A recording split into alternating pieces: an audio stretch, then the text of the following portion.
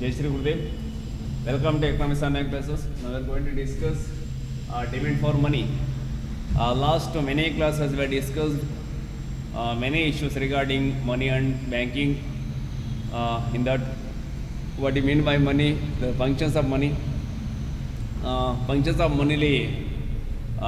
Primary functions of money, secondary functions of money, contingent functions of money, and other functions of money discuss ಮಾಡಿದ್ವಿ. So ಅದಕ್ಕೆ related ಆಗಿ ಇನ್ನೂ ಕೆಲವು ಟಾಪಿಕ್ಸನ್ನು discuss ಮಾಡ್ತಾ ಹೋಗುವ. ಇಲ್ಲಿ ಡಿಮ್ಯಾಂಡ್ ಫಾರ್ ಮನಿ ಇದರ ಅರ್ಥ, ಸೊ ಮನಿಗೆ ಏನಕ್ಕೆ ಡಿಮ್ಯಾಂಡ್ ಕ್ರಿಯೇಟ್ ಆಗುತ್ತೆ ಅಂತ, means money demand created by the peoples, ಏನು ಕ್ಯಾಶ್ ರೂಪದಲ್ಲಿ ಯಾವಕ್ಕೆ ಏನಕ್ಕೆ ಡಿಮ್ಯಾಂಡ್ ಆಗ್ತಾ ಹೋಗುತ್ತೆ ಅನ್ನೋದು ಇರುವಂಥದ್ದು ಟಾಪಿಕ್ ಆಗಿದೆ. ಜನಗಳು ಮನಿಯನ್ನು ಏನಕ್ಕೆ ಅವರು ಪಡೆದುಕೊಳ್ಳಿಕ್ಕೆ ಅದು ಇಟ್ಕೊಳ್ಳಿಕ್ಕೆ ಟ್ರೈ ಮಾಡ್ತಾ ಹೋಗ್ತಾರೆ, ಏನಕ್ಕೆ ಡಿಮ್ಯಾಂಡ್ನ ಕ್ರಿಯೇಟ್ ಮಾಡ್ತಾ ಹೋಗ್ತಾರೆ ಅನ್ನೋದಕ್ಕೆ ಸಂಬಂಧಪಟ್ಟಾಗಿದೆ. ಇಲ್ಲಿ ಪರ್ಸನ್ಸ್ಗಳು ಡಿಮ್ಯಾಂಡ್ನ ಏನು ಮನೆಗೆ ಡಿಮ್ಯಾಂಡ್ನ ಏನು ಕ್ರಿಯೇಟ್ ಮಾಡ್ತಾ ಹೋಗ್ತಾರೆ, ಇಲ್ಲಿ ದೇರ್ ಆರ್ ಮೇಜರ್ 3 ಒಂದು ಪರ್ಪೋಸ್ನ ಇಟ್ಕೊಂಡು ಇಲ್ಲಿ ಡಿಮ್ಯಾಂಡ್ ಕ್ರಿಯೇಟ್ ಆಗ್ತಾ ಹೋಗುತ್ತೆ. ನಾವು ಈ ರೀತಿ ಅದನ್ನು ಡಿಸ್ಕಸ್ ಮಾಡ್ತಾ ಹೋಗ್ತೀವಿ. ಮೊದಲ ಟ್ರಾನ್ಸಾಕ್ಷನ್ ಮೋಟಿವ್ ಅಂತ ಹೇಳ್ತಾ ಹೋಗ್ತೀವಿ, ಮೀನ್ಸ್ ಟ್ರಾನ್ಸಾಕ್ಷನ್ ಪರ್ಪೋಸಿಗೆ ಯಾವ ರೀತಿ ಮನೆಗೆ ಡಿಮ್ಯಾಂಡ್ ಕ್ರಿಯೇಟ್ ಆಗುತ್ತೆ ಅಂತ. ನೆಕ್ಸ್ಟು ಪ್ರಿಕಾಷನರಿ ಪರ್ಪೋಸಿಗೆ ಯಾವ ರೀತಿಗೆ ಮನೆಗೆ ಡಿಮ್ಯಾಂಡ್ ಕ್ರಿಯೇಟ್ ಆಗುತ್ತೆ ಅಂತ. Next speculative motive means speculative purpose means ಆ ಬಿಸ್ನೆಸ್ ಪರ್ಪೋಸ್ ಸಮಥಿಂಗ್ ಇನ್ಕಮ್ನ ಜನ್ರೇಟ್ ಮಾಡಲಿಕ್ಕಾಗಿ ಯಾವಕ್ಕೆ ಮನೆಗೆ ಡಿಮ್ಯಾಂಡು ಕ್ರಿಯೇಟ್ ಆಗ್ತಾ ಹೋಗುತ್ತೆ ಅಂದ್ಕೊಂಡು ಹೀಗೆ ಮೀನ್ಸ್ ಪೀಪಲ್ಸು ಮನೆಗೆ ಡಿಮ್ಯಾಂಡ್ನ ಕ್ರಿಯೇಟ್ ಮಾಡ್ತಾ ಹೋಗ್ತಾರೆ. ಮೀನ್ಸ್ ಒಂದು ಕ್ಯಾಶ್ ರೂಪದಲ್ಲಿ in the form of the cash, ಅದು ಇಡಲ್ಲ ಕ್ಯಾಶ್ ರೂಪದಲ್ಲಿ ಅದು ಆಗ್ತಾ ಹೋಗುತ್ತೆ ಅಂದ್ಕೊಂಡು ಇಲ್ಲಿ ಫಸ್ಟಿಗೆ ಟ್ರಾನ್ಸಾಕ್ಷನ್ ಮೋಟಿವ್ ಹೇಳೋದಾದರೆ, ಟ್ರಾನ್ಸಾಕ್ಷನ್ ಮೋಟಿವ್ ಇಲ್ಲಿ ಮನಿಗೆ ಡಿಮ್ಯಾಂಡು ಕ್ರಿಯೇಟ್ ಆಗುತ್ತೆ ಯಾವ ಪರ್ಪೋಸ್ಗೆ ಅಂದರೆ for transaction purpose. Every day ಅಥವಾ ಏನು ಡೈಲಿ ನೀಡ್ಸ್ ಏನು ಬರುತ್ತೆ, ಡೈಲಿ ನೀಡ್ಸನ್ನು ಫಿಲ್ ಮಾಡ್ಕೊಳ್ಳಿಕ್ಕಾಗಿ ಆತನಿಗೆ ಮನೆಗೆ ಡಿಮ್ಯಾಂಡು ಕ್ರಿಯೇಟ್ ಆಗ್ತಾ ಹೋಗುತ್ತೆ. ಸೊ ಅದನ್ನು ನಾವು ಟ್ರಾನ್ಸಾಕ್ಷನ್ ಮೋಟಿವ್ ಅಂತ ಕರಿತಾ ಹೋಗ್ತೀವಿ. Means money demand created for daily transaction purpose, daily needs, fulfill their daily needs. ದಿನಚರಿಗಳು ಏನು ಬರ್ತವೆ, ದಿನಕ್ಕೆ ಏನೆಲ್ಲ ಆತ ವಸ್ತುವನ್ನು ಕೊಂಡ್ಕೊಳ್ತಾ ಹೋಗ್ತಾನೆ. ಫಾರ್ ಎಕ್ಸಾಂಪಲ್ ಫುಡ್, ಗ್ರೈನ್ಸ್, ಕ್ಲೋತು, ಇನ್ನು ರೆಂಟ್ ಇರ್ಬೋದು, ಎಲೆಕ್ಟ್ರಿಸಿಟಿ ಬಿಲ್ಸ್, ಬೇರೆ ಬೇರೆ ಡಿಫ್ರೆಂಟು ಪರ್ಪೋಸಿಗೆ ಆತ ಪರ್ಚೇಸ್ ಮಾಡ್ತಾ ಹೋಗ್ತಾನೆ. ಸೊ ನಾವು ಟ್ರಾನ್ಸಾಕ್ಷನ್ ಮೋಟಿವ್ ಅಂತ ಕರಿತಾ ಹೋಗ್ತೀವಿ. ಇಲ್ಲಿ ವೆರಿ ಒಂದು ಸಿಂಪಲ್ ಆದ ಒಂದು ಇದರಿಂದ ನಾವು ಅದನ್ನು ಡಿಸ್ಕಸ್ ಮಾಡ್ತಾ ಹೋಗುವ. ಇಲ್ಲಿ ಟ್ರಾನ್ಸಾಕ್ಷನ್ ಮೋಟಿವ್ ಏನಿದೆ, ನಿಮಗೆ ಸರ್ಕ್ಯುಲರ್ ಫ್ಲೋ ಆಫ್ ಇನ್ಕಮ್ ನಾನು ಕ್ಲಾಸಸ್ ಡಿಸ್ಕಸ್ ಮಾಡಿದ್ವಿ. ಆ ಸರ್ಕ್ಯುಲರ್ ಫ್ಲೋ ಆಫ್ ಇನ್ಕಮಲ್ಲಿ ಇನ್ಕಮ್ ಫ್ಲೋಯಿಂಗ್ ಆಗ್ತೋಗುತ್ತೆ, ಮನಿ ಫ್ಲೋಯಿಂಗ್ ಆಗ್ತಾ ಹೋಗುತ್ತೆ. ಯಾವ್ಯಾವ ಫ್ಲೋಯಿಂಗ್ ಆಗುತ್ತೆ ಸಿಂಪಲ್ ಯಾಕಂದ್ರೆ ನೋಡಿದ್ವಿ, ಹೌಸ್ ಹೋಲ್ಡ್ಸು ಮತ್ತು ಹೋಮ್ ನಡುವೆ ಇಲ್ಲಿ ಸೇವ್ ಸರ್ಕ್ಯುಲೇಟ್ ಆಗ್ತಾ ಹೋಗುತ್ತೆ ಅಂತ. ಇಲ್ಲಿ ಒಂದು ಸಿಂಪಲ್ ಎಕ್ಸಾಂಪಲ್ ತೆಗೆದುಕೊಳ್ತಾ ಹೋಗುವ.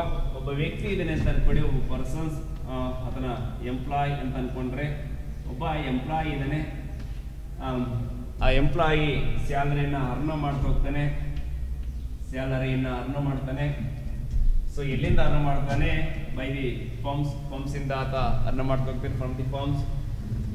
ಅಂದರೆ ಫರ್ಮ್ಸು ಇವನಿಗೆ ಸ್ಯಾಲರಿಯನ್ನು ಕೊಡ್ತಾ ಹೋಗುತ್ತೆ ಅಂತ. ಈಗ ಯಾವುದೊಂದು ಮಂತ್ ಅಂದ್ಕೊಂಡ್ರೆ ಜೂನ್ ಮಂತ್ ಅಂತ ಅಂದ್ಕೊಳ್ಳಿ. ಜೂನು ಫಸ್ಟಲ್ಲಿ ಆತನಿಗೆ ಸ್ಯಾಲರಿ ಬರ್ತಾ ಹೋಗುತ್ತೆ. ಒಂದು 10,000 ಅಂತ ಅಂದ್ಕೊಡಿ, ಅದನ್ನ ಜಸ್ಟ್ ಒಂದು 100ಗೆ ಅಂತ ಕನ್ವರ್ಟ್ ಮಾಡ್ಕೊಡುವ, ಒಂದು 100 ಅಂತ ಅಂದ್ಕೊಡಿ ಆಯ್ತಾ. So the salary is given by firms to the household means employees. ಒಬ್ಬ ಎಂಪ್ಲಾಯ್ಗೆ ಸ್ಯಾಲರಿನ ಕೊಡ್ತಾ ಹೋಗ್ತಾರೆ. ಅದು ಯಾವಾಗ ಬಿಗಿನಿಂಗ್ ಆಫ್ ದಿ ಮಂತ್, ಅದು ಏನೇ ಮಂತ್ ಯಾವುದೇ ಮಂತ್ ಇರ್ಬೋದು, ನಾವು ಜೂನ್ ಅಂತ ಓದ್ಕೊಂಡಿದ್ವಿ ಅಂತ ಅಂದ್ಕೊಡಿ. ಜೂನ್ ಫಸ್ಟು ಮಂತಲ್ಲಿ ಆತನಿಗೆ ಸ್ಯಾಲರಿಯನ್ನು ಕೊಡ್ತಾ ಹೋಗ್ತಾರೆ, ಒಂದು 100 ಬರುತ್ತೆ ಅಂತ ಅಂದ್ಕೊಡಿ. So beginning of the month is 100 is the income of the employees, employee income ಆಗಿದೆ. And at the end of the month June 30 ಅಂತ ಅಂದ್ಕೊಂಡ್ರೆ, ಜೂನ್ 30ನೇ ತಾರೀಕು, ಜೂನ್ 30 ಏನಿದೆ ಅವಾಗ ಈ ಇನ್ಕಮ್ಸ್ ಎಲ್ಲಿಗೆ ಹೋಗಿರುತ್ತೆ, ಫರ್ಮ್ಸಿಗೆ ಹೋಗಿರುತ್ತೆ ಅಂತ. Is very logical something mechanisms run out between one sectors to another sectors, one agent to another agents. ನಿಮಗೆ ಕನ್ಸ್ಯೂಮರ್ಸ್ ಆ್ಯಂಡ್ ಪ್ರೊಡ್ಯೂಸರ್ಸ್ ನೋಡ್ತಾ ಹೋದಾಗ ಕನ್ಸ್ಯೂಮರ್ಸ್ ಏನಿದೆ, ಹೌಸ್ ಹೋಲ್ಡ್ಸ್ ಏನಿದೆ, ಆತ ವಸ್ತುಗಳನ್ನ ಪರ್ಚೇಸ್ನ ಮಾಡ್ತಾ ಹೋಗ್ತಾರೆ. ಬಿಗಿನಿಂಗ್ ಅವನಿಗೆ ಇನ್ಕಮ್ ಬರುತ್ತೆ. ನಿಮ್ಗೆ ಯಾವ ರೂಪದಲ್ಲಿ ಇನ್ಕಮ್ ಬರುತ್ತೆ ಹೇಳಿದ್ದೀನಿ. ರೆಂಟ್ ರೂಪದಲ್ಲಿ ಬರುತ್ತೆ, ಸ್ಯಾಲ್ರಿ ರೂಪದಲ್ಲಿ ಬರುತ್ತೆ, ಇಂಟ್ರೆಸ್ಟ್ ರೂಪದಲ್ಲಿ ಬರುತ್ತೆ, ಪ್ರಾಫಿಟ್ ರೂಪದಲ್ಲಿ ಬರುತ್ತೆ ಅಂದ್ಕೊಂಡು ಸೊ ಅದನ್ನು ಸ್ಪೆಂಡ್ನ ಮಾಡಬೇಕಾದ್ರೆ ಎಕ್ಸ್ಪೆಂಡಿಚರ್ಸ್ ಮಾಡಬೇಕಾಗುತ್ತೆ. ಏನಕ್ಕೆ ಎಕ್ಸ್ಪೆಂಡಿಚರ್ಸ್ನ ಮಾಡ್ತಾ ಹೋಗ್ತೇನೆ ಅಂತಂದರೆ ಇಲ್ಲಿ different kinds of goods and services available in the economy, ಅದನ್ನು ಪರ್ಚೇಸ್ನ ಮಾಡ್ತಾ ಹೋಗ್ತಾನೆ. ಸೊ ಅವಾಗ ಅಗೇನ್ ಮತ್ತೆ ಇನ್ಕಮ್ಸ್ ಫಾರ್ಮಿಗೆ ಹೋಗುತ್ತೆ ಅಂತ. ಫಾರ್ ಎಕ್ಸಾಂಪಲ್ ಕ್ಲಾತನ್ನು ಕೊಂಡ್ಕೊಳ್ತೇನೆ ಅಂತಂದರೆ cloth which is produce by the farms, ಉದ್ಯಮಗಳಿಂದ ಕ್ಲಾತನ್ನು ಪ್ರೊಡ್ಯೂಸ್ನ ಮಾಡ್ತಾ ಹೋಗ್ತಾರೆ. ಆಗ ಇವನ್ ಇನ್ಕಮ್ ಮನೆಯಿಂದ ಕ್ಲಾತಿಗೆ ಖರ್ಚನ್ನು ಮಾಡ್ತಾ ಹೋಗ್ತಾನೆ. ಆ್ಯಂಡ್ ಇನ್ನೊಂದೇನು ಫುಡ್ ಗ್ರೇನ್ಸ್ ಏನೋ ಪರ್ಚೇಸ್ ಮಾಡ್ತಾನೆ ಅಂತಂದ್ರೆ food grains is basically produce by the farms means ಒಬ್ಬ ಕೃಷಿಕ ಅಂತ ಅದು ಕೂಡ ಒಂದು ಉದ್ಯಮಗಳಂತ ಕನ್ಸಿಡರ್ನ ಮಾಡ್ತಾ ಹೋಗ್ತೀವಿ. ಆಗ ಅಲ್ಲಿಂದ ಕೂಡ ಬರ್ತಾ ಹೋಗುತ್ತೆ ಅಂದ್ಕೊಂಡು ಇಲ್ಲಿ 100 ರೂಪೀಸ್ ಏನಿದೆ ಅದು ಬಿಗಿನಿಂಗ್ ಆಫ್ ದಿ ಮಂತು ಅದು ಎಂಪ್ಲಾಯೀಸ್ ಆದಾಯ ಆಗಿದೆ. At the end of the month ಫಾರ್ಮ್ಸಿನ ಆದಾಯ ಆಗಿದೆ. 100 ರೂಪಾಯಿ ಈ ಫಾರ್ಮ್ಗೆ ಬಂದಿದೆ ಅಂತ ಈ ಸರ್ ಟರ್ನ್ ಓವರ್ ಆಗ್ತಾ ಹೋಗುತ್ತೆ. ಇಲ್ಲಿ ವೆರಿ ಸಿಂಪಲ್ ಆಗಿ ತಿಳ್ಕೊಳ್ತೇನೆ ಏನಂತಂದರೆ ಒಬ್ಬ ವ್ಯಕ್ತಿ ಆದಾಯ ಏನು ಬರುತ್ತೆ, ಆದಾಯದಲ್ಲಿ ಆತ ಟ್ರಾನ್ಸಾಕ್ಷನ್ ಪರ್ಪೋಸಿಗೆ ಏನು ಇಡಲ್ ಕ್ಯಾಶ್ನ ಇಟ್ಕೊಳ್ತಾ ಹೋಗ್ತಾನೆ, ಯಾವ ಪರ್ಪೋಸ್ ಇಟ್ಕೊಳ್ತಾ ಹೋಗ್ತಾನೆ ಅಂತ. ಇಲ್ಲಿ ಅದು ಏನೆಲ್ಲ ಕೊಂಡ್ಕೊಳ್ಳಿಕ್ಕೆ ಬೇಕಾದ ಆ ಕಾರಣಕ್ಕಾಗಿ ಆತ ದುಡ್ಡನ್ನು ಪಡೆದುಕೊಳ್ಳಿಕ್ಕೆ ಅದ ಟ್ರೈ ಮಾಡ್ತಾ ಹೋಗ್ತಾನೆ. ಮೀನ್ಸ್ ಮನೆಗೆ ಡಿಮ್ಯಾಂಡ್ನ ಕ್ರಿಯೇಟ್ನ ಮಾಡ್ತಾ ಹೋಗ್ತಾನೆ ಅಂದ್ಕೊಂಡು ಇಲ್ಲಿ ಬಿಗಿನಿಂಗು ಈ ರೀತಿ ಇವನ ಆದಾಯ ಆಗಿದ್ದು end of the months. So ಈ ಪರ್ಸನ್ಸ್ ಆದಾಗಿದೆ. ಓವರ್ ಆಲ್ ಎಕಾನಮಿ ಒಳಗಡೆ 200 ಅಷ್ಟು ಟರ್ನ್ ಓವರ್ ಆಗಿದೆ ಅಂತ ಹೇಳ್ತೀವಿ. ಸೊ ಇಲ್ಲಿ 100, ಸೊ ಇಲ್ಲಿ 100, ಸೊ ಇದೆ ಸೇಮ್ 100. ಇಲ್ಲಿ ಬಿಗಿನಿಂಗ್ ಎಂಪ್ಲಾಯೀಸ್ ಆದಾಯ ಆಗಿದ್ದು ಎಂಡ್ ಆಫ್ ದಿ ಮಂತ್ಸ್ ಅದು ಫರ್ಮ್ಸ್ ಆದಾಗಿದೆ. ಬಟ್ ಇದು 2 ಟೈಮ್ ರಿಪೀಟ್ ಆಗಿದೆ. 100 + 100 200 ಓವರ್ ಆಲ್ ಎಕಾನಮಿ ಒಳಗೆ ಅದು ಸರ್ಕ್ಯುಲೇಟ್ ಆಗಿದೆ ಅಂತ ವೆರಿ ಸಿಂಪಲ್ ಆಗಿ ಹೇಳೋದಾದರೆ. ಸೊ ಇದೆ ಹೇಳೋದಾದರೆ ಎಕಾನಮಿ ಒಳಗಡೆ ಆದಾಯ ಜಾಸ್ತಿ ಆದಾಗ ವ್ಯಕ್ತಿ ಟ್ರಾನ್ಸಾಕ್ಷನ್ಸ್ಗೆ ಜಾಸ್ತಿಯನ್ನು ಮಾಡ್ತಾ ಖರ್ಚನ್ನು ಮಾಡ್ತಾ ಹೋಗ್ತೇನೆ ಅನ್ನೋದಿರೋದು ಲಾಜಿಕ್ಸ್. ಇಲ್ಲಿ ಅದನ್ನು ವೆರಿ ಸಿಂಪಲ್ ಆಗಿ ಈ ರೀತಿ ಹೇಳ್ತಾ ಹೋಗುವ money demand for money for transaction is equal functions of Y ಅಂತ ಹೇಳ್ತಾ ಹೋಗ್ತೀವಿ ಸಿಂಪಲ್ ಆಗಿ. ಇಲ್ಲಿ demand for money for transaction is equal functions of income.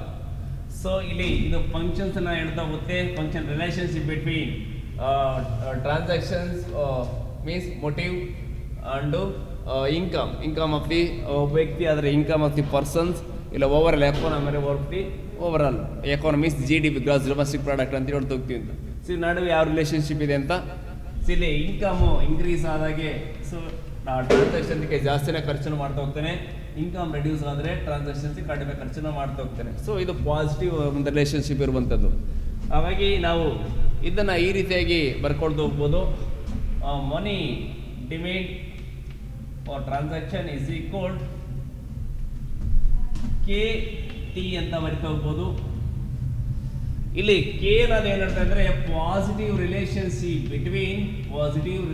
Between ಏನು total value of the money in the economy ಅಥವಾ total ಏನು income of the economy and money demand for the transactions ಅಂತಲೇ ಹೇಳ್ತಾ ಹೋಗುತ್ತೆ ಅಂತ. Positive ಇರುವಂಥದ್ದು means ಇಲ್ಲಿ income ಜಾಸ್ತಿ ಆದರೆ ಟ್ರಾನ್ಸಾಕ್ಷನ್ ಪರ್ಪಸ್ಸಿಗೆ ಜಾಸ್ತಿ ಖರ್ಚು ಮಾಡ್ತಾ ಹೋಗ್ತಾನೆ, ಇನ್ಕಮ್ ಕಡಿಮೆ ಅಂದರೆ ಟ್ರಾನ್ಸಾಕ್ಷನ್ ಕಡಿಮೆ ಖರ್ಚು ಮಾಡ್ತಾ ಹೋಗ್ತಾನೆ ಅಂತ. ಇಲ್ಲಿ ಟಿ ಅನ್ನೋದು ಏನು ಸಿಂಬಲೈಸ್ ಮಾಡುತ್ತೆ ಅಂತಂದರೆ total volume of the money in the economy, total over all economy ಒಳಗಡೆ ಎಷ್ಟು ಇನ್ಕಮ್ ಇದೆ ಅನ್ನೋದ್ರ ಬಗ್ಗೆ ಹೇಳ್ತಾ ಹೋಗುತ್ತೆ. ಅಥವಾ total income of the economy's gross domestic product ಅಂತ ಹೇಳ್ತಾ ಹೋಗ್ಬೋದು ಅಂತ. ಸೊ ಇಲ್ಲಿ ಇನ್ಕಮ್ ಜಾಸ್ತಿ ಆದಾಗ ಇದಕ್ಕೆ ಜಾಸ್ತಿಯನ್ನು ಖರ್ಚನ್ನು ಮಾಡ್ತಾ ಹೋಗ್ತಾನೆ ಅಂತ. ಇಲ್ಲಿ ಇನ್ಕಮ್ ಏನಿದೆ ಸರ್ಕ್ಯುಲೇಟ್ ಆಗುತ್ತೆ ಅಂತ ನಿಮಗೆ ಹೇಳಿದ್ದೀವಿ between households to firm ಅಂತ. ಇಲ್ಲಿ ಎಂಪ್ಲಾಯ್ ಟು ಫಾರ್ಮ್ಸ್ ಯಾವ ರೀತಿಗೆ ಸರ್ಕ್ಯುಲೇಟ್ ಆಗಿದೆ ಅಂದ್ಕೊಂಡು ಇಲ್ಲಿ 100 ಇದೆ, ಅಲ್ಲೂ ಕೂಡ 100 ಅವನಿಗೆ ಮತ್ತೆ ರಿಟರ್ನ್ ಹೋಗಿದೆ. ಓವರ್ ಟ್ರಾನ್ಸಾಕ್ಷನ್ಸ್ 100 ಮತ್ತು ಅಲ್ಲಿ 100 200 ಟರ್ನ್ ಓವರ್ ಆಗಿದೆ ಅಂತ ಹೇಳ್ತಾ ಹೋಗ್ತೀವಿ. ಇಲ್ಲಿ ಇದನ್ನು ನಾವು ಈ ರೀತಿಯಾಗಿ ಅದನ್ನು ಬರಿತಾ ಹೋಗ್ಬೋದು. ಇದನ್ನ ಈಕ್ವೇಷನ್ಸ್ನ ವೆಲಾಸಿಟಿ ಮೀನ್ಸ್ ವೆಲಾಸಿಟಿ ಏನು ಹೇಳುತ್ತೆ ಅಂತಂದರೆ ಸೊ ಸರ್ಕ್ಯುಲೇಷನ್ಸ್ ಆಫ್ ಮನಿ ಏನಿದೆ ಅದು ಸರ್ಕ್ಯುಲೇಟ್ ಆಗುವಂತ ಹೇಳಿದೆ. Velocity of money demand for transactions velocity is equal P ಅಂತ ಹೇಳ್ತಾ ಹೋಗ್ತೀವಿ.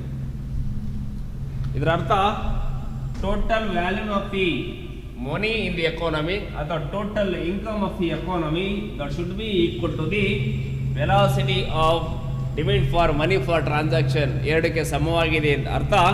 ಓವರ್ ಆಲ್ ಎಕಾನಮಿಗೆ ಏನು ದುಡ್ಡಿದೆ 100 ಅದೇನು ಅಮೌಂಟ್ ಇದೆ, so that should be equal to the velocity ಅಥವಾ money circulations of the economy. ಎಕಾನಮಿನ ಯಾರು ಸರ್ಕ್ಯುಲೇಟ್ ಆಗೋದು ಅದಕ್ಕೆ ಸಮನಾಗಿರ್ತದೆ. ಒಂದು ವೇಳೆ ಇನ್ಕಮ್ಸ್ ಜಾಸ್ತಿ ಆಗಿದೆ ಅಂತಂದರೆ ಸರ್ಕ್ಯುಲೇಷನ್ ಜಾಸ್ತಿ ಆಗುತ್ತೆ, ಕಡಿಮೆ ಆದರೆ ಕಡಿಮೆ ಆಗುತ್ತೆ ಅಂತ ಜಸ್ಟ್ ಹೇಳುವಂಥದ್ದು. ಮೀನ್ಸ್ ಪಾಸಿಟಿವ್ ಕೊಲೇಷನ್ಶಿಪ್ ಇರುವಂಥ ಬಿಟ್ವೀನ್ ಒನ್ ಟು ಅನದರ್ಸ್ ಅಂತ ಹೇಳ್ತಾ ಹೋಗ್ತೀವಿ. ಇದನ್ನು ಈ ರೀತಿ ನಾವು ಹೇಳ್ತಾ ಹೋಗ್ಬೋದು. ಇಲ್ಲಿ ವೆಲಾಸಿಟಿ ಯಾವ ರೀತಿಯಾಗಿದೆ, ವೆಲಾಸಿಟಿ ಅಂದರೆ so how money times money repeated in the economy, ಯಾವ ರೀತಿ ಸರ್ಕ್ಯುಲೇಟ್ ಆಗಿದೆ, ಎಷ್ಟು ಟೈಮ್ ಅದು ರಿಪೀಟ್ ಆಗಿದೆ, ಎಷ್ಟು ಟೈಮ್ ಅದು ಸರ್ಕ್ಯುಲೇಟ್ ಆಗಿದೆ ಅನ್ನೋದನ್ನ ಹೇಳ್ತಾ ಹೋಗುತ್ತೆ ಅಂತ. ನಾವು ಈ ಪ್ರೀವಿಯಸ್ ಎಕ್ಸಾಂಪಲ್ ನೋಡಿದಾಗ ಮನಿ 2 ಟೈಮ್ ಅದು ರಿಪೀಟ್ ಆಗಿ ಸರ್ಕ್ಯುಲೇಟ್ ಆಗಿದೆ. ಇಲ್ಲಿ ಎಂಪ್ಲಾಯಿಂದ ಒಂದು 100 ಇನ್ಕಮ್ ಅದು ಫರ್ಮ್ಸ್ಗೆ ಅದು 100 ಮತ್ತು ಅವನಿಗೆ ಹೋಗಿದೆ. ಸೊ ಇಲ್ಲಿ 1-2 ಟೈಮ್ ರಿಪೀಟ್ ಆಗಿದೆ. ಹಾಗಾಗಿ ಎಷ್ಟು ಟೈಮ್ ರಿಪೀಟ್, 2 ಟೈಮ್ ರಿಪೀಟ್ ಆಗಿದೆ ಅಂತ ಅದನ್ನು ಈ ರೀತಿಯಾಗಿ ಬರೀತಾ ಹೋಗ್ಬೋದು. 1 divided by K money demand for transactions is equal T ಅಂತ ಬರಿತಾ ಹೋಗ್ಬೋದು ಇದನ್ನ ಈ ರೀತಿ. ಸೊ 1 ಡಿವೈಡ್ ಬೈ ಕೆ ಅಂತಂದರೆ ನಿಮಗೆ ಎಷ್ಟು ಟೈಮ್ ರಿಪೀಟ್ ಆಗಿದೆ ಅನ್ನೋದನ್ನ ಹೇಳ್ತಾ ಹೋಗ್ತೀವಿ. ಇಲ್ಲಿ 1 ಡಿವೈಡ್ ಬೈ ಕೆ ಇಲ್ಲಿ 2 ಟೈಮ್ ರಿಪೀಟ್ ಆಗಿರುವಂಥದ್ದು ಮನಿ ಡಿಮ್ಯಾಂಡ್ ಯಾವ ರೀತಿ ಕ್ರಿಯೇಟ್ ಆಗಿದೆ ಅಂದ್ಕೊಂಡು ಇದನ್ನು ನಾವು ಈ ರೀತಿ ಬರಿತಾ ಹೋಗ್ತೀವಿ. ಆ್ಯಂಡ್ ನೆಕ್ಸ್ಟು ಇದು ನಾವು ಎಕಾನಮಿಗೆ ಅಪ್ಲೈನ ಮಾಡ್ತಾ ಹೋದಾಗ, ಓವರ್ ಎಕಾನಮಿಗೆ ಅಪ್ಲೈ ಮಾಡಿದಾಗ ಇನ್ನು ಯಾವ ರೀತಿ ಬರಿತಾ ಹೋಗ್ಬೋದು ಅಂದರೆ ಈ ರೀತಿ ಬರಿಬೋದು. Money demand for transactions is equal K P and Y, K P Y. So K ಅಂದ್ರೆ ಆಲ್ರೆಡಿ ಗೊತ್ತಿದೆ, ಪಾಸಿಟಿವ್ ರಿಲೇಶನ್ಶಿಪ್. ಪಿ ಅಂತಂದರೆ general prices of the commodity in the economy. Y ಅಂತಂದರೆ ಇನ್ಕಮ್, ಇನ್ಕಮ್ ಅಂದರೆ G D P of the nations. ಅದರಲ್ಲಿ ಯಾವ G D P ಅಂದರೆ real G D P. ನಿಮಗೆ real G D P ಅಂದರೆ ಗೊತ್ತಿದೆ. Real G D P can be calculated by the base year prices of the commodity. Means base ಇಯರ್ನ ಇಟ್ಕೊಂಡು ಕ್ಯಾಲ್ಕುಲೇಟ್ನ ಮಾಡ್ತಾ ಹೋಗ್ತೀವಿ ಅಂದ್ಕೊಂಡು. ಇಲ್ಲಿ ರಿಯಲ್ ಜಿ ಡಿ ಪಿ ಎಕಾನಮಿಗಿರುವಂಥ real G D P means ಇಷ್ಟು goods and services output produced ಆಗಿದೆ, ಅದು ಯಾವ ರೀತಿ ಅದನ್ನು ಕ್ಯಾಲ್ಕುಲೇಟ್ನ ಮಾಡ್ತಾ ಹೋಗ್ತೀವಿ by the prices. And positive ಇರುವಂಥದ್ದು ಅರ್ಥ ಒಂದು ಎಕಾನಮಿ ಏನೆಲ್ಲ ಔಟ್ಪುಟ್ ಪ್ರೊಡ್ಯೂಸ್ಡ್ ಆಗಿದೆ ಅದಕ್ಕೇನು ವ್ಯಾಲ್ಯೂಸ್ನ ಹಾಕ್ಕೊಂಡಿದ್ವಿ. ಸೊ ಏನು ಇನ್ಕಮ್ ಓವರಾಲ್ ಇನ್ಕಮ್ ಬರುತ್ತೆ ಅದು ಯಾವುದಕ್ಕೆ ಸಮನಾಗಿದೆ ಅಂದರೆ ಮನಿ ಡಿಮ್ಯಾಂಡ್ ಫಾರ್ ದಿ ಟ್ರಾನ್ಸಾಕ್ಷನ್ಸ್ಗೆ ಸಮನಾಗಿರುತ್ತದೆ ಅಂತ ಅರ್ಥ. ವ್ಯಕ್ತಿ ಖರ್ಚನ್ನು ಏನೋ ಅಥವಾ ಅರ್ನಿಂಗ್ಸ್ ಏನು ಮಾಡಿದ್ರೆ ಅರ್ನಿಂಗ್ಸನ್ನು ಖರ್ಚನ್ನು ಮಾಡ್ತಾ ಹೋಗ್ತಾನೆ. ಒಬ್ಬ ವ್ಯಕ್ತಿಯ ಖರ್ಚು ಇನ್ನೊಬ್ಬ ವ್ಯಕ್ತಿಯ ಆದಾಯ ಅಂತ ಹೇಳ್ತಾ ಹೋಗ್ತೀವಿ. ಏನಕ್ಕೆ ನಾವು ಕನ್ಸಂಪ್ಷನ್ಗೆ ಯಾಕೆ ಅಷ್ಟು ಇಂಪಾರ್ಟೆನ್ಸ್ನ ಕೊಡ್ತಾರೆ ಎಕಾನಮಿ ಒಳಗಡೆ ಅಂತಂದರೆ ಒಬ್ಬ ವ್ಯಕ್ತಿಯ ಖರ್ಚು ಇನ್ನೊಬ್ಬ ವ್ಯಕ್ತಿಗೆ ಆದಾಯ ಆಗಿರ್ತದೆ. ಹಾಗಾಗಿ ಕನ್ಸಂಪ್ಷನಲ್ಲಿ ಏನು ಮಾಡ್ತಾ ಹೋಗುತ್ತೆ ನಾವು ಎಂಕರೇಜ್ನ ಮಾಡ್ತಾ ಹೋಗ್ತೀರಿ ಅಂದ್ಕೊಂಡು. ಹಾಗಾಗಿ ಇಲ್ಲಿ ಟ್ರಾನ್ಸಾಕ್ಷನ್ ಪರ್ಪಸ್ಗೆ ಏನೆಲ್ಲ ಖರ್ಚನ್ನ ಮಾಡ್ತಾ ಹೋಗ್ತಾನೆ ಅದು ಯಾವ ರೀತಿಯಾಗಿ ಆಗ್ತಾ ಹೋಗುತ್ತೆ, ಆದಾಯವನ್ನು ಇನ್ಕ್ರೀಸ್ನ ಮಾಡ್ತಾ ಹೋಗುತ್ತೆ ಅಂದ್ಕೊಂಡು. ಇದು ನಮಗೆ ಟ್ರಾನ್ಸಾಕ್ಷನ್ಸ್ ಪರ್ಪಸ್ಗೆ ಆಗುವಂಥದ್ದು. ವೆರಿ ಸಿಂಪಲ್ ಆಗಿ ಇಲ್ಲ ಕ್ವಶನ್ಸ್ ಕೇಳ್ಬೋದು. What you mean by demand for money ಅಂತ. ಇಲ್ಲಿ money demand is created by the peoples for in the form of the cash, that is called demand for money ಅಂತ ಕರಿತಾ ಹೋಗ್ತೀವಿ. Means ಮನಿಗೆ ಏನಕ್ಕೆ ಡಿಮ್ಯಾಂಡ್ ಕ್ರಿಯೇಟ್ ಆಗ್ತಂದರೆ ಒಬ್ಬ ವ್ಯಕ್ತಿ ಟ್ರಾನ್ಸಾಕ್ಷನ್ಸ್ ಪರ್ಪಸ್ಗೆ ಅಥವಾ ಸ್ಪೆಕ್ಯುಲೇಟಿವ್ ಪರ್ಪಸ್ ಪ್ರಿಕಾಷನ್ ಪರ್ಪಸ್ಗೆ ಸಮಥಿಂಗ್ ಅಮೌಂಟ್ನ ಕ್ರಿಯೇಟ್ ಅದನ್ನು ಡಿಮ್ಯಾಂಡ್ನ ಕ್ರಿಯೇಟ್ ಮಾಡ್ತಾ ಹೋಗ್ತಾನೆ. ಸೊ ಅದು ನಾವು ಡಿಮ್ಯಾಂಡ್ ಫಾರ್ ಮನಿ ಅಂತ ಕರಿತಾ ಹೋಗ್ತೀವಿ. In the forms of the cash ರೂಪದಲ್ಲಿ ಇಟ್ಕೊಳ್ಳುವಂಥದ್ದು.